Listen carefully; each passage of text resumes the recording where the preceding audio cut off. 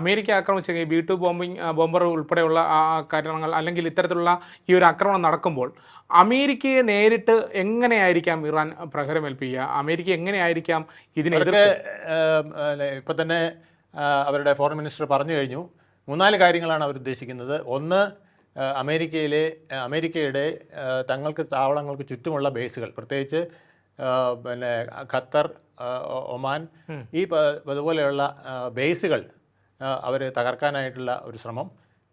അതുപോലെ തന്നെ പിന്നെ ഇപ്പോഴത്തെ ഈ B2 ബോംബറുകൾ വർഷിച്ച അന്തർവാഹിനി അതിനെ തകർക്കാനുള്ളൊരു ശ്രമം. പിന്നെ ഹൂത്തികളെ ഉപയോഗിച്ചുകൊണ്ട് ചെങ്കടലിൽ US-ൻ്റെ കപ്പലുകളെ ആക്രമിക്കാനുള്ളൊരു ശ്രമം.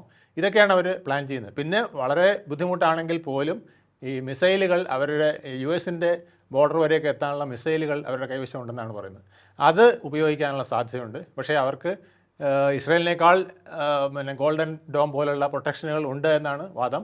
അതൊക്കെ ഏകദേശം റെഡിയായി വന്നിട്ടുണ്ടെന്ന് പറയുന്നു. അപ്പോൾ അതിനെക്കുറിച്ച് എത്രത്തോളം അവരുടെ ആ വ്യോമ പ്രതിരോധം ഭേദിച്ചുകൊണ്ട് ഇറാന് ആക്രമണം നടത്താൻ കഴിയുമെന്നറിയില്ല. പക്ഷേ അതിനും ഒരുപക്ഷെ ഇറാൻ തുനിഞ്ഞേക്കും എന്നൊക്കെ പറയുന്നുണ്ട്.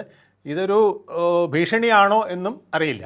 കാരണം അത്ര ശക്തമായിട്ട് അമേരിക്ക ആക്രമിക്കാൻ പിന്നെ ഇറാന് ഇപ്പോൾ കഴിയുമോ എന്നുള്ളതും സംശയമാണ്.